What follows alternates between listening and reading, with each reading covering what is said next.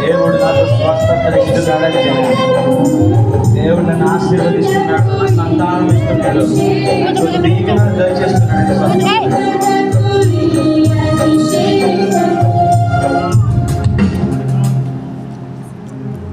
అభిషేకం పొందారు, ఆరోగ్యము సంతానం ప్రపంచం పొందుతున్నారు.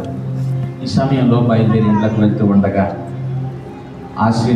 అభిషేకముని పొందిన బిడ్డలందరూ ఆశీర్వదించబడి అంజూరపు ఫలం తిన్న ప్రతి వ్యక్తి ఆరోగ్యాన్ని సంతానాన్ని స్వతంత్రించుకొని సాక్షులుగా ఉండేలాగా కార్యం చేయండి.